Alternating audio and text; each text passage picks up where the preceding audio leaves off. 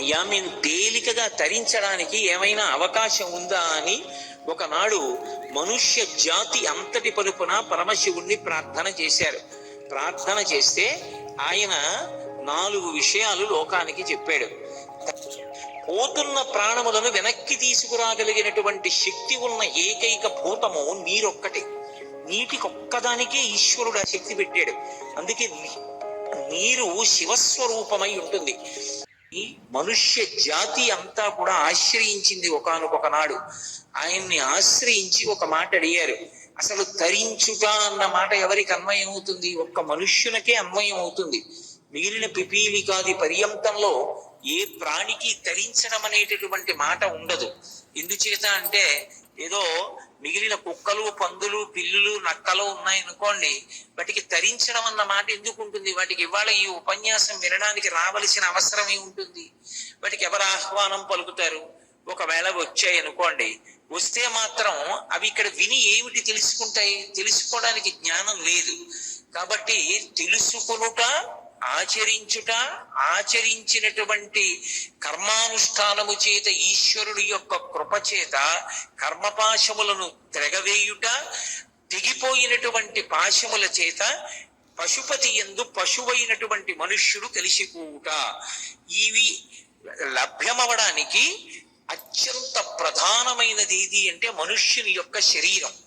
ఈ మనుష్య శరీరాన్ని ఇచ్చినటువంటి పరమేశ్వరుడు మనం తరించలేక ఇదే మనుష్య శరీరంతో ఆచరించవలసిన ధర్మాన్ని ఆచరించకుండా కేవలం అప్పటికప్పుడు సుఖంగా సంతోషంగా ఉంటుందనేటటువంటి ఆకర్షణ చేత వేద విరుద్ధమైనటువంటి విషయములను, అధర్మాన్ని అనుష్ఠానం చేసి దాని వలన విశేషమైనటువంటి పాపాన్ని పొంది మళ్ళీ ఆ పాపాన్ని పోగొట్టుకోవడానికి ఎన్నో కోట్ల జన్మల ఉపాధులు స్వీకరిస్తుంటే, అయ్యా మేము తేలికగా తరించడానికి ఏమైనా అవకాశం ఉందా అని ఒకనాడు మనుష్య జాతి అంతటి పలుపున పరమశివుణ్ణి ప్రార్థన చేశారు.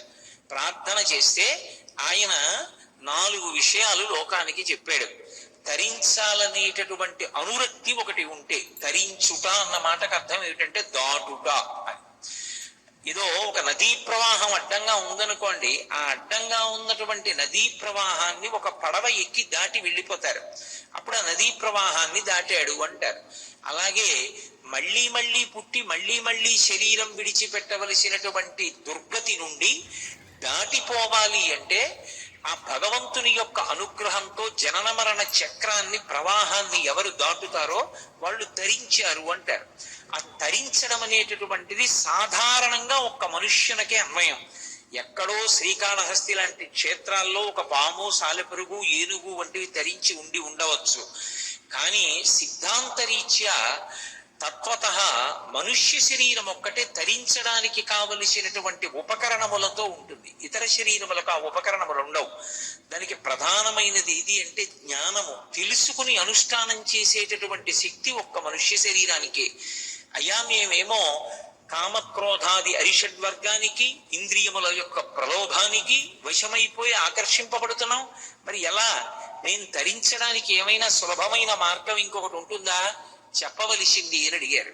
అడిగితే ఒకానొక నాడు పరమశివుడు అనుజ్ఞ ఇచ్చాడు. దర్శనాత్ ప్రసదసి జననాత్ కమలాలయే కాశ్యాంతు మరణాన్ముక్తి స్మరణాత్ అరుణాచలే. ఈ 4 శైవక్షేత్రాలే. ఈ 4 మొట్టమొదటిది దర్శనాద ప్రసదసి. మీరు వెళ్ళి చిదంబర క్షేత్రంలో ఎలా దర్శనం చెయ్యాలో అలా దర్శనం చెయ్యగలిగితే, అలా చెయ్యగలిగినటువంటి వాడు ఈశ్వరుని యొక్క అనుగ్రహము చేత పాపరాశిని ధ్వంసం చేసుకుని మోక్షాన్ని పొందుతాడు. ఇక్కడ సాధారణంగా ఒక అనుమానం ఉంటుంది. ఏమిటండి, వెళ్ళి ఒక్కసారి అలా దర్శనం చేసినంత మాత్రం చేతనే చేసినటువంటి పాపరాశి అంతా ధ్వంసం అయిపోతుందా అని. పెద్ద దూది కుప్ప ఒకటి వేశాను అనుకోండి, పర్వతమంత దూది కుప్ప వేశాను. అందులోకి వెళ్ళి ఒకే ఒక్క నిప్పు నిరుసు ఒకటి పడింది. చాలదా ఆ దూది పర్వతం కాలిపోవడానికి? భగవంతుని యొక్క అనుగ్రహంతో కూడుకున్నటువంటి కటాక్ష వీక్షణము చాలు మన పాపరాశి ధ్వంసం అయిపోవడానికి. అలా ధ్వంసం అవడానికి కారణాల్లో ఒకటి చిదంబర క్షేత్ర దర్శనం.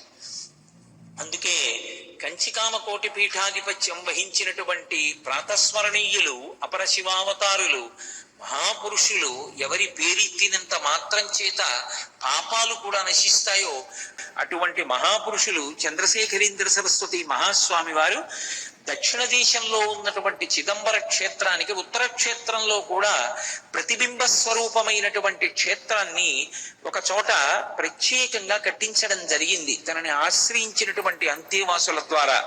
చిదంబర క్షేత్రం అంత గొప్ప క్షేత్రం. చిదంబర క్షేత్రంలో ఉండేటటువంటి పరమశివుని యొక్క స్వరూపం ఆకాశ స్వరూపము అని పిలుస్తాం. మనకి 8 మూర్తులున్నాయి. పరమశివుని యొక్క సాకార రూపములను 8గా చెప్తారు తత్వతః. అంటే అసలు నిరాకారముగా అంతటా నిండి నిబిడీకృతమైపోయినటువంటి శివస్వరూపాన్ని లోపల ఎవరు ధ్యానము చెయ్యగలడో వాడు ధన్యాత్ముడు. అభిషేకం చెయ్యడం గొప్ప కాదు. అభిషేకం చెయ్యడానికి ముందు శివలింగము యొక్క స్వరూపాన్ని ధ్యానం చేసిన వాడెవరో, ఎలా చెయ్యాలో తెలుసుకుని ధ్యానం చేసిన వాడెవరో వాడికి కేవలము ఆ ధ్యానము చేత సమస్తమైన కోర్కెలు తీరిపోతాయి. అందుకే యజుర్వేదం శివలింగ స్వరూపానికి అభిషేకం చేయడం గురించి చెప్తూ ప్రార్థనా శ్లోకం గురించి మాట్లాడుతూ ఆ పాతాళ నభస్థలంత భువన బ్రహ్మాండమా విస్ఫురత్ జ్యోతిస్ఫాటికలింగమౌళి విలసత్పూర్ణిందు అంతామృతై అస్తోకప్లుతమేకమీశమనిశం రుద్రానువాకాన్ జపన్ ధ్యాయేత్ ఈప్సిత సిద్ధయే ధ్రువపదం విప్రోభిషించే శివం అంది. పాతాళం నుంచి ఆ పైకి నిండిపోయినటువంటి అంతరిక్షం వరకు నిండి నిబిడీకృతమైపోయినటువంటి శివలింగ స్వరూపం ఒక గుడ్డు ఆకారంలో ఉంటుంది. బ్రహ్మ అండము. ఆ అండాకృతిలో ఉండేటటువంటి ఈ బ్రహ్మాండానికి అంతటికీ పైన చంద్రబింబం ఉండి అందులోంచి అమృతధారలు పడుతుంటాయి. అమృతధారలతో తడిసిపోయినటువంటి ఈ బ్రహ్మాండాన్నంతటినీ ఒక లింగస్వరూపంగా భావించి దానిని కౌగిలించుకుంటే, దాన్ని ముట్టుకుంటే చల్లగా తగులుతుంది. అలా తాను అభిషేకం చెయ్యబోయే ముందు శివలింగం వంక చూసి విస్తారాన్ని ఎవడు ధ్యానం చేస్తాడో, మళ్ళీ దాని సంక్షిప్త స్వరూపాన్ని ధ్యానం చేస్తాడో వాడికి ధ్యాయేత్ ఈప్సిత సిద్ధయే. అంటే శివలింగం ఇలా గుండ్రంగా ఉంటుంది, అది ఇలా ఇలా ఇలా పెరుగుతూ వెళ్ళింది అనుకోండి, ఈ శివలింగంలోకి నేను కూడా వెళ్ళిపోతాను, అభిషేకం చేసి నేను కూడా శివలింగంలోనే ఉంటాను. అప్పుడు అది బ్రహ్మాండమంతా విస్తరించేస్తుంది. అప్పుడు దానికి అభిషేకం సహజంగా చంద్రమండలంలోంచి పడుతున్నటువంటి అమృతధారల చేత తడుస్తుంది. అది మళ్ళీ ఇలా తగ్గుతూ తగ్గుతూ తగ్గుతూ వచ్చిందనుకోండి, నా ఎదురుగుండా గుండ్రంగా శివలింగంగా కూర్చుంది. అలా ఉన్నది ఇలా ముట్టుకుంటే చల్లగా అమృతధారల చేత తడిసినటువంటి శివలింగాన్ని ఎవడు ధ్యానం చేశాడో, ఎవడు రుద్రాన్ని జపం చేశాడో, ఎవడు రుద్రంతో తదేక దృష్టితో అభిషేకం చేశాడో ధ్యాయేత్ ఈప్సిత సిద్ధయే ధ్రువపదం విప్రోభిషించే శివం. అటువంటి వాడి యొక్క ఈప్సితములంటే కోర్కెలన్నీ సిద్ధించుచున్నవి. అటువంటి పరబ్రహ్మస్వరూపమైనటువంటి పరమశివుడు 8 రూపములుగా మనకి కనపడుతుంటాడు. సాకారంగా వచ్చినప్పుడు ఒక రూపంతో వస్తే 8 రూపాలు. అదే శంకరాచార్యుల వారు దక్షిణామూర్తి స్తోత్రం చేస్తూ భూరంభంశనలో నిలోంబర మహార్నాథో హిమాంసు పుమాన్ ఇత్యాభాతి చరాచరాత్మక విధం యస్యైవ మూర్త్యస్తకం నాణ్యత్కించన విద్యతే విమృశతాం యస్మాత్ పరస్మాత్ విభో తస్మై శ్రీ గురుమూర్తయే నమయిదం శ్రీ దక్షిణామూర్తయే అంటారు. పంచభూతములు, సూర్యచంద్రులు, జీవుడు, ఈ 8 పరమశివుని యొక్క స్వరూపాలు. అష్టమూర్తి స్వరూపం అంటారు. అందుకే కాంచీపురంలో పృథివీలింగం, ఈ పృథివీ అంతా కూడా శివస్వరూపమే. అందుకే మట్టిని నిష్కారణంగా తన్నడం కొట్టడం కూడా మహాపాపమే. అందుకే మృత్తికా ధరనే పాపం అని మృత్తికా సూక్తంలో, పృథివీ సూక్తంలో మట్టిని నేను ఎప్పుడైనా నిష్కారణంగా కొట్టిన పాపము ఉపశమించుగాక అని శుభకార్యం చేస్తే అంకురారోపణం చేసే ముందు మృత్తిక మీద మంత్రం చెప్పి అప్పుడు పాలు పోసి అందులో నవధాన్యాలు వేసి అందులోంచి అంకురములు పైకొచ్చేటట్టుగా చేస్తారు. కాబట్టి ఈ పృథివీ అంతా కూడా శివస్వరూపమే. దానికి ప్రాతినిధి కాంచీపురంలో ఉన్నటువంటి పృథివీలింగం. నీరంతా కూడా శివస్వరూపమే. నీరు లేకపోతే జీవితం ఎక్కడుంది? సంజీవనం సమస్తస్య జగత సలిలాత్మిక భవ ఇత్యుచ్యతే తిర్భవస్య పరమాత్మన అంటాడు లింగ పురాణంలో వ్యాస భగవానుడు. భవ అన్న పేరుతో జలములకు అధిష్టాన దేవతగా ఉంటాడు పరమేశ్వరుడు. ఆ నీరు లేకపోతే బ్రతుకు లేదు, ధర్మము లేదు, రెండూ లేవు. నీరు లేకపోతే ఇహము ఉండదు, పరము ఉండదు. నీరు లేదు, స్నానం లేదు. పోలి విభూతి స్నానం చేశావు, సంధ్యావందనం చేయాలి, ఆచమనం దేంతో చేస్తావు? అర్ఘ్యప్రదానం చెయ్యాలి, దేంతో చేస్తావు? నీరు లేకపోతే ధర్మం ఉండదు, నీరు లేకపోతే బ్రతికుండదు, నీరు లేకపోతే బ్రతకడు. వేదంలో ఒక మాట ఉంది, పోతున్న ప్రాణములను వెనక్కి తీసుకురాగలిగినటువంటి శక్తి ఉన్న ఏకైక భూతము నీరొక్కటే. నీటికొక్కదానికే ఈశ్వరుడు ఆ శక్తి పెట్టాడు. అందుకే నీరు శివస్వరూపమై ఉంటుంది. స్పృహ తప్పి పడిపోయాడు అనుకోండి, స్పృహ తప్పి పడిపోయినటువంటి వ్యక్తికి మళ్ళీ స్పృహ రావాలంటే నీళ్లు తీసుకొచ్చి ముఖం మీద చిలకరిస్తారు, కాసిన మంచి నీళ్లు పడతారు, అంతేగాని అన్నం పెట్టరు ముందు. నీళ్లు తాగి ముఖం మీద నీళ్లు చిలకరిస్తే చాలు, ఉద్గతమై పైకి లేచిన ప్రాణములు మళ్ళీ యథాస్థానములకు నిలబడతాయి. నీటికి అంత శక్తి ఉంది. నీరు పవిత్రం చేస్తుంది ప్రధానాన్ని. ఏ పదార్థాన్నైనా సరే, పూజకి పువ్వులు తెచ్చి అక్కడ పెట్టారనుకోండి, ఏమో అంతకు ముందు ఆ పువ్వు కోసినప్పుడు ఏ గొంగళి పిరుగో పాకుతుంటే ఎవరో దాన్ని ఇలా దులిప పువ్వు తెచ్చి ఉండవచ్చు. kasi నీళ్లు చల్లుతాం, అమంత్రకం, దానికి ఏం మంత్రం ఉండదు. నీళ్లు చల్లినంత మాత్రం చేత అమృతమస్తు, అమృతోపస్తరణమసి, అవి అమృత సమానములవుతాయి. ఈశ్వరుని యొక్క నివేదనకి పూజకి అర్హములవుతాయి. అందుకే పూజయందు అమంత్రకంగా చేసేటటువంటి ఉపచారం పదార్థముల మీద నీటిని చల్లడం. ఆ నీరు చల్లకపోతే అవి పూజకి యోగ్యములు కావు. నీటికి అంత శక్తి ఉంది. ఈ నీరంతా కూడా శివస్వరూపం. అట్లా నీరంతా శివస్వరూపం అయితే దానికి పూజ చెయ్యాలనుకుంటే జంబుకేశ్వరంలో జలలింగం, అందుకే నీటి నుంచి నీటి ధారలు ఊరుతూ ఉంటాయి. అరుణాచలంలో అగ్నిలింగం. సరే, అరుణాచలం గురించి నేను ప్రస్తావించవలసి ఉంటుంది. అగ్నిహోత్రమే అరుణాచలంలో ఉన్నటువంటి లింగస్వరూపమైంది. అందుకని అక్కడ ఉన్న శివలింగాన్ని ఆరాధన చేస్తే అగ్నిని ఆరాధన చేసినట్లు. కాబట్టి అరుణాచలంలో అగ్నిలింగం. ఇక శ్రీకాళహస్తిలో వాయులింగం. నమస్తే వాయు త్వమేవ ప్రత్యక్షం బ్రహ్మాసి అని. వాయువుకి ఒక లక్షణం ఉంటుంది. వాయువే సుఖము. సుఖము అన్న మాటకి పర్యాయ పదం ఏదంటే వాయువు. వాయువు లేదనుకోండి దుఃఖమే.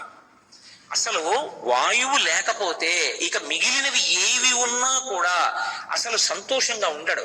అందుకే వాల్మీకి మహర్షి శ్రీరామాయణ ఉత్తరకాండలో ఒక మాట అంటారు, వాయు ప్రాణ సుఖం వాయు, వాయు సర్వమిదం జగత్, వాయునాసం పరిత్యక్తం న సుఖం విద్దతి జగత్ అంటారు. వాయు ప్రాణ, వాయువే ప్రాణము. వాయువు లోపలికెళ్ళి పైకి వస్తోంది కాబట్టి సంతోషంగా ఉంటాడు. అదే ఎంత ఆస్తి ఉండనివ్వండి, ఊపిరి సరిగ్గా అందట్లేదు అనుకోండి, ఆయాసం వస్తుంది అనుకోండి, ఎగూపిరి, వాడికి ఎంత ఐశ్వర్యం ఉండనివ్వండి, ఎంత బంధుగణం ఉండనివ్వండి, ఎంతమంది పిల్లలు ఉండనివ్వండి, ఎంత చదువుకున్న వాడవనివ్వండి, ఏమిటి సంతోషం ఉంటుంది? ఎగూపిరి వచ్చి చెమటలు పడుతున్న వాడికి దిగూపిరి వచ్చింది, ఏమి సంతోషం ఉంటుంది? గాలి లేదు, ఏమి సుఖంగా ఉంటుంది? ఇన్నిటి మధ్య కూర్చున్నా గాలి ఆటలేదనుకోండి, ఏమిటి సంతోషంగా ఉంటుంది? వీడు ఇంకో అరగంట చెప్తాడని కదా నాకు 2 పెట్టారు. గాలి తగిలితే సుఖంగా ఉంటుంది. వాయు ప్రాణ సుఖం వాయు, వాయు సర్వమిదం జగత్. అసలు వాయువే సమస్త జగత్. వాయువు ఆగిపోయింది అనుకోండి, ఇక లోకం ఉండదు. ఎందుకు ఉండదు అంటే మనం ఉండడం ప్రధానం కాదు, ధర్మం ఉండడం ప్రధానం. ధర్మము లేకుండా మనం ఉన్నా కూడా అది శవస్వరూపమే, అది అశౌచంతో ఉన్నట్లు, దానికి ఏం ఉపయోగం ఉండదు. ధార్మికంగా ఉండడం, ధార్మికంగా లేకుండా ఉండడం, ఉండి లేకుండడం. చెయ్యవలసిన సంధ్యావందనం చెయ్యలేదనుకోండి, వాడు ఉన్నాడు కానీ వాడు అశౌచంతో ఉన్నవాడితో సమానం. సంధ్యావందనం చేసి ఉన్నాడు, శౌచంతో ఉన్నాడు, ఇప్పుడు వాడు ఉన్నవాడితో సమానం. వాడు ఏదైనా చేయడానికి పనికొస్తాడు. ఇప్పుడు వాడు సంధ్యావందనం చేయలేదు, వాడు ఎందుకో పనికిరాడు. అందుకే సంధ్యావందనం చేయాలంటే ఏం ఉండాలి? చెయ్యి కదలాలి. ఆచమనం చేయాలంటే వేళ్ళు ముడవాలి, అర్ఘ్యం ఇవ్వాలి, చేతులు నడవాలి. నడవాలంటే ఎందుకు నడుస్తాయి? లోపల వాయువు తిరగాలి, ఊపిరి పీల్చడం కాదు. పీల్చిన తరువాత 10 విడిపోతుంది వాయువు. ప్రాణ అపాన వ్యాన బుధాన సమాన నాగ కూర్మ కృకర ధనంజయ దేవదత్తములని 10 రూపాల్లో విడిపోతుంది. విడిపోయి శరీర నిర్వహణ చేస్తాడు. చేసినప్పుడు లోపల తిరుగుతుంది వాయువు. అందుకే వాల్మీకి మహర్షి రామాయణంలో ఒక మాట అంటారు, వాయువు గురించి మాట్లాడుతూ అశరీర శరీరేషు వాయు చలతి పావయం అంటారు. వాయువుకి శరీరం ఉండదు. వాయువుని ఎలా ఉంటాడు చూపించండి అన్నారు అనుకోండి, ఉండదు. అందుకే కన్నడ దేశంలో ముఖ్య ప్రాణుడు అని పిలుస్తారు. వాయువు అందరూ ముఖ్య ప్రాణుడు అంటారు. వాయువుకి రూపంతో చూపించండి అంటే చూపించడం కుదరదు. కానీ ఆయనకు ఒక శరీరం లేకపోయినా అన్ని శరీరాల్లోకి ఆయన పెడతాడు, వెళ్ళి పరిపాలన చేస్తాడు. ఆయన లోపలికి వెళ్ళి పైకి వస్తున్నాడు కాబట్టి నేను మాట్లాడుతున్నాను.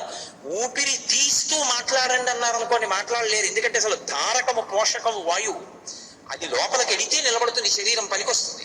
అది లోపలికి వెళ్ళలేదు అనుకోండి, పనికిరాదు. ఇక అది లోపలికి వెడుతున్నప్పుడు ఏ ప్రతిబంధకాన్ని అది అంగీకరించదు. తీస్తూ మాట్లాడండి కోటేశ్వరరావు అన్నారనుకోండి, నేను కాదు, ఎవరూ మాట్లాడలేరు. తీస్తే మాట్లాడగలను. తీసిన వాయువుని వాక్కుగా మార్చగలను. అంటే నాలో ఉన్న భావములు వాక్కులుగా మారాలంటే లోపల వాయువు కుంభనం అవ్వాలి. అది మళ్ళీ వ్యయమైతే వాక్కు అవుతుంది. అంటే ఒకరి వలన ఒకరికి ప్రబోధం జరగాలి అంటే అసలు ఏది ఉండాలి? వాయువు ఉండాలి. పైగా కాష్టభూతాని జిజ్ఞిరి అంటారు. లోపల వాయువు తిరగడం ఆగిపోయింది అనుకోండి, శరీరము కర్రైపోతుంది. అందుకే ఊపిరి ఆగిపోగానే శవం దగ్గరికి వెళ్ళి చెయ్యి ఎత్తితే చెయ్యి మామూలుగా ఇలా లేస్తుంది, కాలు ఎత్తితే కాలు గుడుచుకుంటుంది. కొంతసేపు అయిన తర్వాత ఏమవుతుందంటే శరీరంలో తిరుగుతున్నటువంటి వాయువు ఆగిపోతుంది. నేను ఒకప్పుడు తెల్లవారుజామున 2 గంటలకి ఒక మహాతల్లి నిర్గమించింది. నేను వాళ్ళ ఇంట్లో ఉన్నానప్పుడు. మళ్ళీ ఒక 45 నిమిషాలు అయిన తర్వాత బ్రేవ్ అది శబ్దం వచ్చింది నోట్లోంచి. అందరూ హడిలిపోయి ఉలిక్కి పడ్డారు. అయ్యి బాబాయ్ ఇదేంటి త్రేడుస్తున్నారు, బతికే ఉన్నారులా ఉందని. కాదు, లోపల ఎక్కడో ఉండిపోయినటువంటి వాయువు వెళ్ళిపోతుంది. మెల్లిమెల్లిగా అంతా బయటికి వెళ్ళిపోతుంది. లోపల ఉన్న వాయువు అంతా కూడా బయటికి వెళ్ళిపోతే కాష్టభూతాని జిజ్ఞిరి, ఆ వాయువు వెళ్ళిపోతే కర్రైపోతుంది శరీరం. కర్రైపోయింది అనుకోండి, అది దహింపబడడానికి తప్ప ఇక దేనికి యోగ్యము కాదు.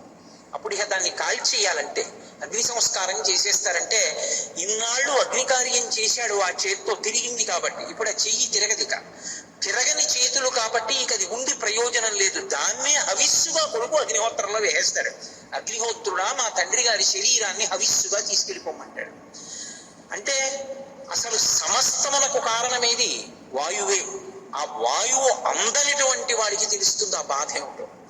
ఇంటెన్సివ్ కేర్ యూనిట్ లో ఉన్న వాడికి వెంటిలేటర్ పెడితే కొనుక్కు తెచ్చుకున్నటువంటి జీవితం అంటారు. బారోడ్ లైఫ్ మీద ఉన్నారండి ఆయన అంటారు. అంటే ఆయన ఉన్నవాడు కాదు, తెచ్చి ఆక్సిజన్ అందిస్తున్నారు కాబట్టి ఉంది అని అనిపిస్తున్నారు. అది తీసేస్తే వెళ్ళిపోయాడు. కాబట్టి వాయువే సమస్తము. అటువంటి వాయువు పరమశివుడు. ఆయన్ని ఒక రూపంతో చూడాలి ఆ వాయువునంతటిని అని మనం అనుకున్నాం అనుకోండి, అదే శ్రీకాళహస్తిలో వాయులింగం అయి ఉంటుంది. అందుకే గుడి తలుపులన్నీ వేసేసినా కూడా ఎదురుగుండా ఉండేటటువంటి వేలాడుతున్న ప్రమిదలోని ఒక్క దీపం మాత్రం ఎప్పుడూ ఇలా కదులుతుంది. కదలకుండా మాత్రం అది ఉండదు. అది వాయులింగం. కాబట్టి ఆ కాంచీపురంలో పృథివీలింగం, జంబుకేశ్వరంలో జలలింగం, అరుణాచలంలో అగ్నిలింగం, ఆ తర్వాత శ్రీకాళహస్తిలో వాయులింగం, కోణార్కలో సూర్యలింగం. సూర్యుడు శివస్వరూపం. శంకర భగవత్పాదులు ప్రశ్నోత్తర రత్నమాలిక చేస్తూ అంటారు, శివుడు ఎవరు అంటే సూర్యుడే. సూర్యుడే శివుడు. అందుకే మంగళప్రదుడు. ఆయన వచ్చాడంటే కాంతి వస్తుంది. ఆయన వచ్చాడంటే మనలో ఉండేటటువంటి ఇడ పింగళ అని నాడులు ఉంటాయి, సుషుమ్న అని. సుషుమ్న నాడి తెల్లవారుజామున ప్రేరకత్వాన్ని పొందుతుంది సూర్యకిరణం పడినప్పుడు. దానికి అదొక ప్రత్యేకమైనటువంటి లక్షణం. ఒక్కొక్క మాసంలో ఒక్కొక్క కిరణం ఒక్కొక్క పేరుతో పిలువబడుతుంది. అందుకే ద్వాదశాదిత్యులయ్యారు. 12 నెలలకి 12 పేర్లతో అధిదేవత అయి ఉంటాడు. ఆ కిరణం వచ్చి పడింది అనుకోండి, శరీరంలో ఉన్నటువంటి ఆ మత్తు, ఆ లోపల ఉన్నటువంటి తమోగుణం అంత ఒక్కసారి విరిగిపోతే తుమ్ము వస్తుంది. తుమ్ము రూపంలో శరీరాన్ని పట్టుకున్న జడత్వం వదులుతుంది. అలా వదలగొట్టగలిగినది ఏదంటే సూర్యకిరణం. అందుకే తెల్లవారుజామున చూడండి, సూర్యుని వంకి ఇలా చూస్తే తుమ్ము వస్తుంది. సుషుమ్నా నాడిని ప్రేరేపిస్తాడు ఆయన. శివస్వరూపంగా సూర్యుడు ఆకాశంలో ప్రకాశిస్తూ ఉంటాడు. అందుకే కోణార్కలో ఆ సూర్యుణ్ణి కన్నెత్తి చూడలేము, దగ్గరికి వెళ్ళి ముట్టుకోలేము, ఓ పువ్వు ఆయనకి వెయ్యలేము. ప్రదీపజ్వాలాభిర్దివసకర నీరాజన విధి అంటారు శంకరాచార్యులు వారి సౌందర్యలహరిలో. సూర్య భగవానుడికి హారతిస్తే ఆ హారతి తేజస్సు ఏం కనపడుతుంది? ఈ వెలుగులో ఆయన్ని చూడాలంటే ఆయన వెలుగు కొంత తగ్గితే బాగా కనపడతాడు. అంతేగాని చిన్న హారతిలో ఆయన్ని చూస్తే ఏం కనపడుతుంది? కానీ చూడాలని తాపత్రయం ఉంటే ఆ సూర్యుడే శివలింగ స్వరూపమై కోణార్కలో ఉంటాడు. చంద్రుడు ఓషధులను ప్రేరేపిస్తాడు. ఓషధి అంటే శరీరానికి వచ్చినటువంటి అనారోగ్యాన్ని తగ్గించేది అని మీరు అనుకోకూడదు. వేదంలో ఓషధి అన్న మాట దేనికి అన్వయం అవుతుందంటే, భూమిలో దున్నినప్పుడల్లా విత్తనం పెడితే మళ్ళీ ఒక విత్తనం పెడితే దోసిడు విత్తనాలను ఇచ్చి కడుపు నింపుకోవడానికి మళ్ళీ భూమిలో వేయడానికి పనికొచ్చేటటువంటి రూపం ఏదుందో దాన్ని ఓషధులని పిలుస్తారు. బియ్యం, గోధుమలు ఇలాంటివన్నీ ఓషధులు. ఈ ఓషధులన్నీ ఎందుకు పెరుగుతాయంటే చంద్రకిరణముల యొక్క శక్తి నదులలోకి పెడుతుంది. ఆ నదులలో ఉండేటటువంటి నీరు భూమి మీదకి వస్తుంది. భూమి ఈ నీటిలో ఉండేటటువంటి శక్తిని పీల్చుకుని పంటల్ని పండించి ఓషధుల్నిచ్చి మన అందరి శరీరాలు ఆరోగ్యంతో, శక్తితో, తేజస్సుతో ఉండేటట్టుగా అనుగ్రహిస్తూ ఉంటుంది. అందుకే రోహిణీ శక్తి అని పిలుస్తూ ఉంటారు. శరీరంలోకి తేజస్సును నింపుతుంది రోహిణి. అందుకే రామాయణంలో ఒక మాట అంటూ ఉంటారు, ఏదో చంద్రుని యొక్క స్వక్షేత్రమైనటువంటి రోహిణిని దుర్బుద్ధితో చూసినట్లు అంటూ ఉంటారు. అంటే ఈ శరీరంలోకి తేజస్సు అంతటినీ ఎవరు నింపుతారు అంటే ఆ ఓషధులను మనం తిన్నప్పుడు, ఏదో అన్నం తిన్నాననుకోండి, అన్నంలో ఉండేటటువంటి సారం అంతా కూడా శరీరమునందు తేజస్సుగా మారుతుంది. ఈ తేజస్సుని సక్రమంగా వినియోగించుకుంటున్నావా, పాడు చేసుకుంటున్నావా అన్నదానికి కారణం ఎవరవుతారంటే బుద్ధి అవుతుంది. బుద్ధి కారణం. బుద్ధి సక్రమంగా లేదనుకోండి, శరీరంలో ఎంత తేజస్సున్నా క్షయం అవడానికి పనికొస్తుంది. ఆ తేజస్సుతోటే వాడు చెయ్యకూడని పనులు చేసి కారాగారంలో ఉంటాడు. చెయ్యకూడని పనులు చేసి తిరియక్కై కొన్ని కోట్ల జన్మలు మళ్ళీ కిందకెళ్ళిపోతాడు. చెయ్యకూడని పనులు చేసి ఎన్నో లక్షల మందిని బాధపడతాడు. ఆ తేజస్సుతోటే చెయ్యవలసిన పని చేసి తాను తరిస్తాడు, లోకాన్ని తరింపజేస్తాడు. ఆ తేజస్సుతోటే ఒక మంచి మాట మాట్లాడి దుఃఖంలో ఉన్నవాడికి శాంతి కలిగేటట్టు చేస్తాడు. నీకు పరమేశ్వరుడిచ్చినటువంటి ఓషధుల యొక్క శక్తిని మంచికి ఉపయోగించాలా, చెడుకి ఉపయోగించాలా, మంచికి ఉపయోగించి బాగుపడాలా, చెడుకు ఉపయోగించి పాడైపోవాలా అంటే ఈ రెండిటికి మధ్య ఉండేటటువంటిది బుద్ధి. ఆ బుద్ధి ప్రచోదనము మళ్ళీ దేని వల్ల జరుగుతుంది అంటే ఈశ్వరుడు యొక్క కృప వలన మంచి వైపుకు తిరుగుతుంది. అందుకే ధియో యోన ప్రచోదయాత్ అని అడుగుతాం. మా బుద్ధులు ప్రేరేపింపబడుగాక. ఈ బుద్ధిని ప్రేరేపించే వాళ్ళు ఎవరంటే దేవతలు, పరమశివుడు. ఆయన ప్రేరేపిస్తాడు. ప్రేరేపిస్తే పుణ్యశీలి అవుతాడు. మంచి కార్యాలు, వేదం చెప్పినటువంటి పనులు చేస్తాడు. అటువంటి ఓషధులనన్నిటినీ కూడా ప్రకాశింపచేయగలిగినటువంటి చంద్రతత్వము ఘనీభవించి ఒక చోట లింగస్వరూపమైతే అదే సీతాకుండంలో చంద్రలింగం. ఇక చిదంబరంలో ఆకాశలింగం. ఆకాశము అంతటా పరివ్యాప్తమై ఉంటుంది. ఆకాశము ముక్కలవడం అనేటటువంటిది ఉండదు. కానీ మనం ఏమంటామంటే ఆకాశం ముక్కలైంది అని ఒక సౌలభ్యం కోసం అంటాం. ఏదో కుండ తీసుకొచ్చి అక్కడ పెట్టాను అనుకోండి, శూన్యం ఉందండి అనకూడదు. శూన్యము అన్న మాట మనకి లేదు శాస్త్రంలో. ఆ శూన్యము అన్న మాట బౌద్ధులు వాడినందుకే శంకర భగవత్పాదులు వాదిస్తే శూన్యం అన్న మాటకి జవాబు చెప్పలేక బౌద్ధ మతం భారతదేశాన్ని విడిచిపెట్టి పారిపోయింది. శంకరాచార్యుల వారు తరిమారు అన్న మాట పరమ అబద్ధం. శంకరులు ఎవరినీ తరిమి కొట్టలేదు. శంకరులు అడిగిన ప్రశ్నకి జవాబు చెప్పలేక వెళ్ళిపోయింది బౌద్ధం ఈ దేశం నుంచి. శూన్య సిద్ధాంతం బౌద్ధులదు కాదు. అంతటా పరివ్యాప్తమైన ఆకాశము పరబ్రహ్మము అన్న సిద్ధాంతము సనాతన ధర్మముది.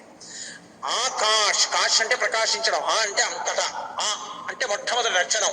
యో వేదాదౌ స్వర ప్రోక్తో వేదాంతే చ ప్రతిష్ఠితః తస్య ప్రకృతి లీనస్య యత్పరస్య పరమహేశ్వరః అంటాం. ఆ ఆకారం విష్ణువాచకం. అంతటా నిండిపోయినటువంటి పరబ్రహ్మతత్వం ఆకాశం.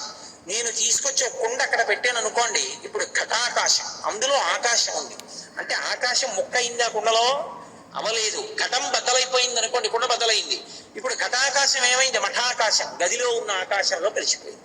ఇప్పుడు మఠాకాశం గదికున్న గోడలు తీసేసాను అనుకోండి, అనంతాకాశం. ఆకాశము అనంతము. అది ఏదో ఒక చోట ఉండడము, ఈ మాంసనేత్రములకు దొరకడము అనేటటువంటిది ఉండదు. అంతటా నిండిపోయి ఉంటుంది. అంతటా నిండిపోతే ఈ కంటితో ఎలా చూస్తావు? చూడడం కుదురుతుందా? చూడడం కుదరదు. అందుకే ప్రత్యేకించి కొన్ని శివాలయాలలో నీడరాని దీపాలు పెడతారు. నీడ ఉండదు దీపం పెడితే నీడ పడుతుంది. నీడపడని దీపాలతో అలంకారం చేస్తారు. అంటే పరమశక్తివంతమైన క్షేత్రాలని గుర్తు. తిరువారూరులో చేస్తారు అలా. తిరువారూరు క్షేత్రానికి ఉన్న గొప్పతనం ఏమిటంటే నల్లటి గంధం పుయ్యడం, నీడలేని దీపం పెట్టడం, వసంత మాసంలో కళ్యాణం చేసి అనేకమైనటువంటి వాహనాల మీద ఊరిరిగింపు చేయడం. 3 ప్రత్యేకతలు తిరువారూరికి. అటువంటి స్థితిలో అంతటా నిండిపోయినటువంటి పరమాత్మని ఈ కంటితో ఎలా చూస్తావు? ఎలా కుదురుతుంది? ఏదో ఒక రూపంలో పెట్టాననుకోండి, మనసు పట్టుకుంటుంది. ఆ మనసు పట్టుకున్న తర్వాత ధ్యానం చెయ్యగా ధ్యానం చేసి పట్టుకుందాం అనుకున్న మనసు కూడా దానిలోనే కరిగిపోతుంది. అది అసలు ధ్యానానికి పరాకాష్ఠ. మీకు నేను బాగా అర్థమయ్యేట్టు చెప్పాలంటే, ఓ ఉప్పు బొమ్మ ఒకటి సముద్రం యొక్క లోతు తెలుసుకుందామని సముద్రంలోకి ప్రయాణం మొదలుపెట్టి సముద్రంలోకి వెడుతోంది ఉప్పు బొమ్మ. అది సముద్రపు అంచు చేరుకునే లోపల, అడుగు చేరే లోపల ఈ ఉప్పు బొమ్మ ఏమవుతుంది? సముద్రంలో కరిగిపోయింది. అలా ధ్యానమునందు 3 ఉంటాయి. ఏది ధ్యానము చేస్తున్నారో అది, ధ్యానము చేస్తున్నటువంటి వాడు, ధ్యానము 3. ఈ ధ్యానమునందు మనసు అలా నిలబడిపోగా ధ్యానము చేస్తున్న మనసు, ఆ మనసుతో ఉన్న జీవుడు ధ్యానము చేయబడుతున్న వస్తువునందు లయమైపోతారు. అప్పుడు ఒక్కటే ఉండేది, అది అద్వితీయం, రెండవది లేదు. అద్వైతం అనుభూతి. ఆ ఒక్కటిగా నువ్వు అనుభవంలో నిలబడడం. అప్పుడు ఇక రెండో వస్తువు లేదు. అప్పుడు ఆ ఒక్కటే ఉన్నది. అది ఆకాశం అనుభవములోకి వస్తుంది. అది అద్వైతముగా అంతటా నిండిపోయింది. ఇప్పుడు ఇక్కడ కూర్చుని నేను మాట చేత చెప్పగలను అంతటా ఉన్నాడు అని. కానీ అంతటా ఉన్నవాడిగా నేను చూడగలనా? నెయ్యి ఎక్కడుంది అని అడిగాను అనుకోండి, పాలలో ఉన్నది. ఏది చూపించు? కనబడదు. కానీ ఆ పాలనే కాచి తోడు పెట్టి కొంతసేపు కదపకుండా ఉంచి, పెరుగైన తర్వాత కవ్వం దింపి తాడు కట్టి చిలికి, ఆ చిలికినప్పుడు వచ్చినటువంటి వెన్నపూస పైకి తీసి పాత్రలో పెట్టి సన్నని అగ్ని మీద దాన్ని బాగా తప్తం చేస్తే అందులోంచి నెయ్యి వస్తుంది. ఇప్పుడు నెయ్యి ఎక్కడుంది? పాలలోంచి వచ్చింది. పాలలో ఉన్న నెయ్యి కంటికి కనపడుతుందా? కనపడదు. ఒకసారి నెయ్యి వచ్చిన తర్వాత పాలలో కలుస్తుందా? కలవదు. అలా విశ్వమునందు విశ్వనాథుడు ఉన్నాడు. విశ్వనాథుడే విశ్వముగా ఉన్నాడు. విశ్వనాథుడే, కానీ విశ్వముగా కనపడడం మాయ. అందుకే అసలు నిజానికి విష్ణు సహస్రనామ స్తోత్రంలో 1000 నామాలు లేవు, ఒక నామమే విశ్వం. అదొకటే నామం. మిగిలిన 999 నామాలు కావు.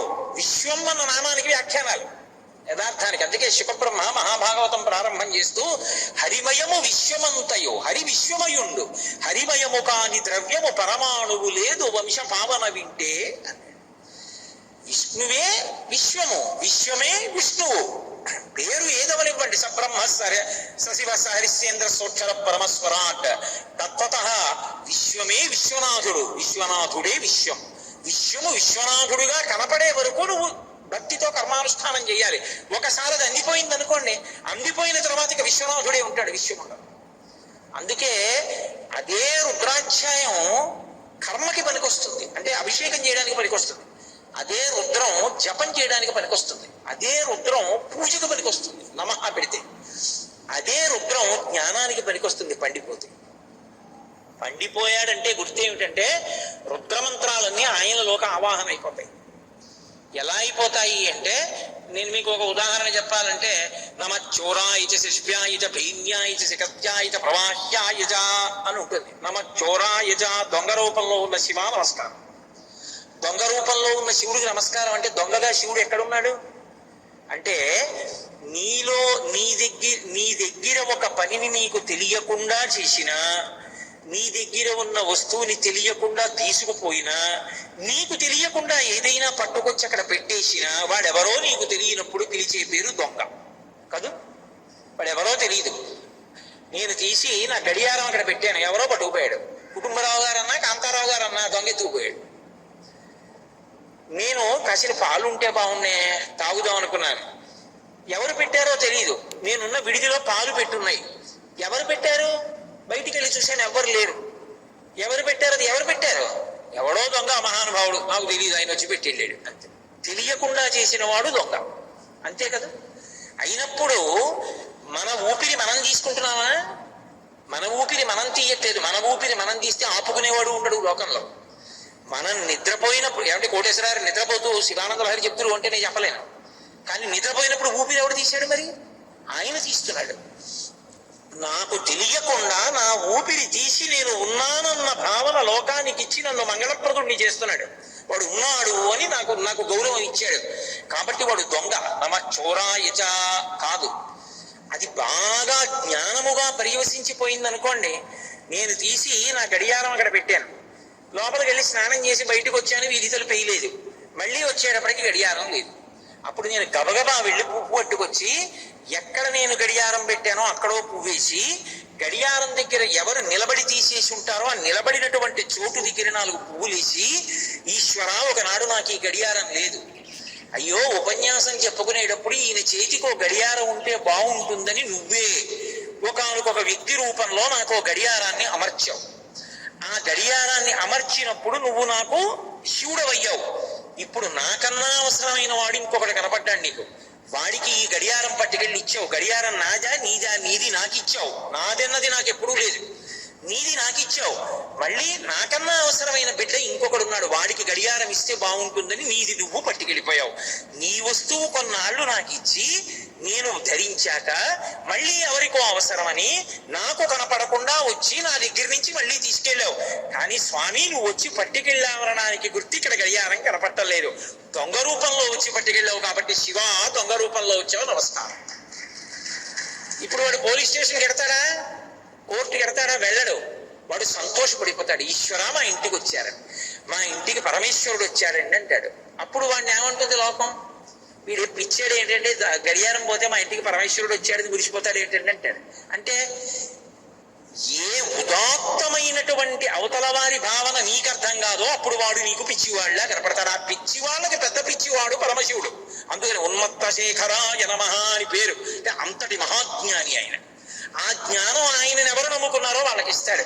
కాబట్టి ఇప్పుడు ఆయన కానిది, ఆయన లేనిది ఏదుంది? ఏమీ లేదు. అందుకు ఆయనకి స్థాణుహు అనొక పేరు. స్థాణుహు అంటే కదలకుండా దుంగలా ఉన్నాడని కాదు, కదలడానికి చోటు లేనివాడు.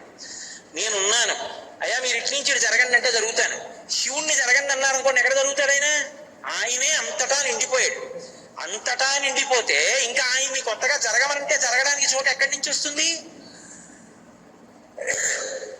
శంకరాచార్యులు వారి శివానంద లహరి చేస్తూ అంటారు, వస్త్రోద్ధూత విధౌ సహస్రకరత పుష్పార్చనే విష్ణుత గంధే గంధ మహాత్మత అన్న పచనే బహిర్ముఖాధ్యక్షత అంటారు. ఈశ్వర నీకు వస్త్రం చుట్టాలి అంటే అంతటా నిండిపోయావు. అంత నిండిపోయిన వాడికి పంచలు సాపునేసి సాలేవాడు ఎవరైనా ఉన్నాడు ఏమిటి లోకంలో? ఓ వేళ ఎవడో నేస్తి ఇచ్చాడు. ఏదో శ్రీశైలంలో పాగా దర్శనానికి కట్టేటటువంటి వాళ్ళలాగా పెద్ద పంచి ఒకటి తెచ్చాడు, కట్టండి అన్నాడు. ఏవి నాకు చేతులేవి అంతా కట్టాలంటే? అందుకని శివ మీకు పంచ కట్టాలి అంటే నన్ను విష్ణువుని చెయ్యండి, లేదా సూర్యుణ్ణి చెయ్యండి. ఆయనకి అంతటా పడే కిరణములు కరములు చేతులు ఉన్నాయి. అప్పుడు నేను కూడా నీ చేతులు వస్తే మీకు పంచ చుడతా. లేకపోతే పంచ ఎక్కడి నుంచి కట్టను నేను? చేతిలో పెట్టడం కాదు, పంచలు సాపివ్వడం అంటే చేతికిచ్చింది కాదు, మెడలో వేసింది, ధరింపజేశారు.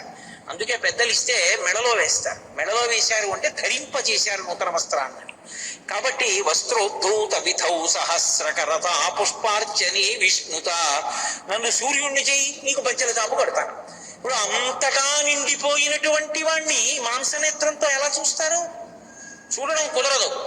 కానీ వాడు అంతటా ఉన్నాడన్న భావన రూఢమైందనుకోండి లోపల, అప్పుడు చిదంబరంలో దర్శనం. చిదంబరంలో దర్శనం ఎలా ఉంటుంది అంటే, ఓ గది గోడ ఉంటుంది, ఆ గోడ మీద మారేడు దళాల మాలలు వేసి ఉంటాయి, తెరేసి ఉంటుంది. అక్కడికి వెళ్ళి నిలబడితే ఒకసారి తెర తీస్తారు, హారతి ఇస్తారు, తలుపేసేస్తారు, తెరేసేస్తారు. ఏదండి శివుడు ఏడేంటంటే అదే శివుడు. ఇంకా శివుణ్ణి మళ్ళీ కొత్తగా నేను తీసుకొచ్చి ఇదిగో శివుడు అన్నాను అనుకోండి, అనంతంగా ఉన్న వాటిని పరిమితం ఎలా చేయను? పరిమితం చేస్తే ఆయన మళ్ళీ అనంతుడు ఎలా అవుతాడు? అనంతుడిగా చూడాలంటే అదిగో అంతటా నిండిపోయిన వాడు కాబట్టి అదిగో అలా ఎదురుగుండా 4 మారేడు దళాలు వేసాం, అవి ఆయనకే వేసాం. అంటే ఇక్కడ నువ్వు ఆ భావన పొందాలి. అంతటా నిండిపోయి ఆయన ఉంటే ఏమిటి ఉపకారం మనకి? నిండిపోయి ఉన్నాడు మంచిదే, ఏమో ఉపకారం ఉంది ఆయన వల్ల? ఉండడానికి ఉపకారం చేయడానికి చాలా తేడా ఉంది కదా. ఉండి ఏమిటి ప్రయోజనం అంటే ఉండి నిర్వహణ చేస్తున్నాడు ఆయన. ఆయనే సమస్తాన్ని నిర్వహిస్తున్నాడు. అందుకే అక్కడ 2 సభలు చెప్తారు, చిత్ సభ, కనక సభ అని 2 సభలు. చిత్ అంటే ఇదే. అందుకే శంకరాచార్యులు వారు సౌందర్యలహరి చేస్తూ ఓ మాట అంటారు, ఖచ్చితపి చిదానందలహరి భజంతి త్వాం ధన్యాః ఖచ్చితపి చిదానందలహరి అంటారు. ఆ లోపల ఉండేటటువంటి చైతన్యం ఉన్నదే, ఆ చైతన్యాన్ని అనుభవంలోకి, భావనా రూపంలోకి తెచ్చుకోగలిగిన వాడెవడో వాడు ధన్యుడు. అటువంటి చైతన్య స్వరూపమై అంతటా నిండిపోయినటువంటి పరమాత్మ ఆకాశలింగంగా ఎదురుగుండా మారేడు దళాల మాలలతో దర్శనమిస్తే వాడే సమస్త ప్రాణుల యందు ఉన్నాడు. ఉండి బ్రహ్మాండమునందుంటాడు, పిండాండమునందుంటాడు, అంతటా పరివ్యాప్తం అవుతాడు. బ్రహ్మాండంలో ఆయనే, పిండాండంలో ఆయనే. ఈ రెండిటిలోనూ ఉండి నడుపుతూ ఉంటాడు. ఎంత చమత్కారంగా నడుపుతాడంటే బయట గాలి ఉంటుంది, దీనికి గాలి కావాలి, ఇందులో బయట గాలిని ఇది పీల్చుకుంటుంది, ఇది విడిచిపెడుతుంది. విడిచిపెడితే మరి మాలిన్యమైందా లేదా? మరి ఈ గాలి ఎవరు పుచ్చుకుంటారు? బ్రహ్మాండం పుచ్చుకుంటుంది. దీనికి నీళ్లు కావాలి, దాహం వేసింది, బ్రహ్మాండంలో నీళ్లు పిండాండంలో పోస్తాం, పిండాండంలో నీళ్లు మిగిలిపోయాయి, నిధులు వదిలిపెట్టేయాలి, ఎవరు పుచ్చుకుంటారు? భార్య, బిడ్డలు, తల్లి, తండ్రి ఎవరు పుచ్చుకోరు, మళ్ళీ బ్రహ్మాండం పుచ్చుకుంటుంది. నా దీంట్లో ఆకలి వేసింది, పదార్థం కావాలి, బ్రహ్మాండంలోంచి పండు తెచ్చి ఇందులో పడేస్తాడు. దీంట్లో శేషం మిగిలిపోయింది, తెల్లవారిన తర్వాత ఎవరు పుచ్చుకుంటారు? బ్రహ్మాండం పుచ్చుకుంటుంది. అటు బ్రహ్మాండాన్ని, ఇటు పిండాండాన్ని, బ్రహ్మాండంతో పిండాండాన్ని, పిండాండంతో బ్రహ్మాండాన్ని నడిపేదెవరు? శివుడు. అది నర్తనం అంటే, అది నటరాజస్వరూపము అన్న మాటకు అర్థం. అది సమన్వయం అవ్వలేదనుకోండి, ఆ భూతం పడిపోయిందంటారు. బ్రహ్మాండంలో ఉన్న గాలి పిండాండం పుచ్చుకోలేదనుకోండి, పుచ్చుకుంది విడిచిపెట్టలేదు, విడిచిపెట్టింది పీల్చుకోలేదు, పడిపోయింది. ఇప్పుడు ఈ పడిపోయిన శరీరాన్ని ఎవరు పుచ్చుకోవాలి? బ్రహ్మాండమే పుచ్చుకోవాలి. ఓ కుక్క చచ్చిపోయింది, బ్రహ్మాండంలో కలిసిపోవాలి. పిల్లి చచ్చిపోయింది, బ్రహ్మాండంలో కలిసిపోవాలి. మనిషి పోయాడు, బ్రహ్మాండంలో కలిసిపోవాలి. పిండాండములన్నీ బ్రహ్మాండంలో కలిసిపోవాలి. అంటే భయంకరమైపోతుంది సమాజం, మనం చూడలేము. ఇక ఎక్కడ చూసినా శవాలు అలాగే ఉండిపోయి అనుకోండి, కళేబరాలు ఎలా నడుస్తాం? కాలు తీసి కాలు వేయలేం. బ్రహ్మాండంగా మారుస్తాడు ఈశ్వరుడే. అందుకని బ్రహ్మాండ పిండాండ సమన్వయ శక్తిగా సృష్టికర్త, స్థితికర్త, ప్రళయకర్త అవుతాడు. 3 పేర్లుగా మారుతాడు. ఆ మారణం నటరాజ సభ, అది చిత్ సభ, కనక సభ అంటారు. ఒక మహారాజు ఆ సభకి బంగారు తాపడం చేసాడు, అది కనక సభ అయింది. అక్కడే పౌరాణికంగా అయితే అమ్మవారికి అయ్యవారికి పోటీ వచ్చింది. మన ఇద్దరిలో నాట్యంలో ఎవరు గొప్ప? ఎందుకంటే శక్తి కదూ అమ్మవారు. శక్తి అంటే కదిలితేనే ప్రయోజనం, కదలకపోతే శక్తికి ప్రయోజనం ఉంటుంది. ఆయనకి చాలా తెలుసండి, ఏమీ చెప్పడం, ఏమిటి ఉపయోగం? ఆవిడికి బ్రహ్మాండమైన పాటలు వచ్చండి, ఒక్కటి పాడదు, ఏమిటి ఉపయోగం? ఆయనకి చాలా ఓపిక ఉందండి, ఏ గుడికి ప్రదక్షిణం చేయడం, ఏమిటి ఉపయోగం? శక్తికి కదలిక లేకపోతే ఉపయోగం లేదు, శివుడు కదిలితే ఉపయోగం లేదు. శివుడు అంటే తనలో తాను రమించడం. కదలికలన్నీ చివరికి ఎక్కడికి వెళ్ళాలి? కదలిక లేని స్థితికి వెళ్ళాలి. పూజ చేసావు, బతికున్నాళ్ళు పూజే. పూజ చేస్తూ చేస్తూ భగవంతుని యొక్క పాదముల మీద పువ్వు వేస్తుండగా భగవంతుని యొక్క పాదము మనసులో కనపడితే కన్నులు మూతలు పడిపోయి ఆనందధారలు కన్నుల వెంట కారిపోతూ అలా కదలకుండా ఉండిపోయి లోపల ఏనాడు భగవత్పాదాన్ని దర్శనం చేశావో ఆనాడు నీ జీవితం ధన్యమైంది. అంటే కదలికలన్నీ కదలికలు లేని స్థితికి వెళ్ళిపోతే శివుడు, మళ్ళీ కదలికలు వస్తే అమ్మవారు. తరంగాలన్నీ ఆగిపోయి అనుకోండి చెరువులో, శివుడు. ఓ పైనుంచి చెట్టు మించి ఓ పండు కింద పడి తరంగాలు వచ్చాయి అనుకోండి, మళ్ళీ అమ్మవారు. అమ్మవారు అయ్యవారిలో ఉంటారు, తరంగాలు చెరువును వదిలిపెట్టి బయట ఉండవు. తరంగాలు శివుణ్ణి ఆశ్రయిస్తాయి. శివశక్త్యాయుక్తో యది భవతి శక్తి ప్రభవితుం నచేదేవం దేవో నకల కుశల స్పందితుమపి అతస్త్వామారాధ్యాం హరిహర గిరించాదిభిరపి ప్రణంతుం స్తోతుం వా కథమకృత పుణ్య ప్రభవతి. కారు యొక్క హార్స్ పవర్ వేరుగా ఉంటాయా? ఉండవు, రెండు ఒకటే. నేను నా ఉపన్యాస శక్తి వేరుగా ఉంటామా? ఒకదాన్నొకటి ఆశ్రయిస్తాయి. అలా శివశక్తులు సమాగమ స్వరూపములై ప్రకృతి పురుషులై ఉంటారు. కదలడం ధర్మం, కదలిక లేనితనం శివస్వరూపం. అందుకే చిట్ట చివరి స్థాయిలో కదిలిపోతే వాడు శివుడు కాలేడు. అందుకే అమ్మవారు ఏం చేస్తుంది అంటే శివశక్తైక్య రూపిణి లలితాంబిక, ధర్మాన్ని పట్టుకుని కదలగా కదలగా కదలికల అవసరం లేని శివస్వరూపంగా మార్చేస్తుంది. తెరెత్తేసి మాయా అన్న అవనిక తీసి కలిపేస్తుంది. ఈ నిర్వహణ కొరకు నటరాజు అవుతాడు ఆయన. లేకపోతే ఆయనకి రాజశబ్దం ఎక్కడి నుంచి వచ్చింది? రాజ అన్న శబ్దం ఎక్కడైనా వాడితే అది సాధారణంగా విష్ణువు పట్ల ఉంటుంది తప్ప శివుడి పట్ల ఉండదు రాజశబ్దం. మీరు చూడండి, ఏదో గోవిందరాజ అంటే మహానుభావుడు శ్రీ మహావిష్ణువుని గోవిందరాజస్వామి వారు అంటాం. అలాగే ఆయనకి సంబంధించినంత వరకు మనకి దక్షిణ దేశంలో రంగరాజు అని ఆయనకు ఒక పేరు. రంగస్థలం మీద రాజు ఆయన. ఈ భూమి, ఈ బ్రహ్మాండం అన్న రంగస్థలం మీద ఆడుతూ ఉంటాడు, రంగరాజు. శివుడికి నటరాజు. ఏ తత్వం చేత నటరాజు? ఉత్తినే అలా నాట్యం చేస్తూ ఉంటాడు, అది కాదు దాని అర్థం. పౌరాణికంగా అయితే పార్వతీ పరమేశ్వరులకు చర్చ వచ్చింది. నేను కదా కదలికలన్నీ.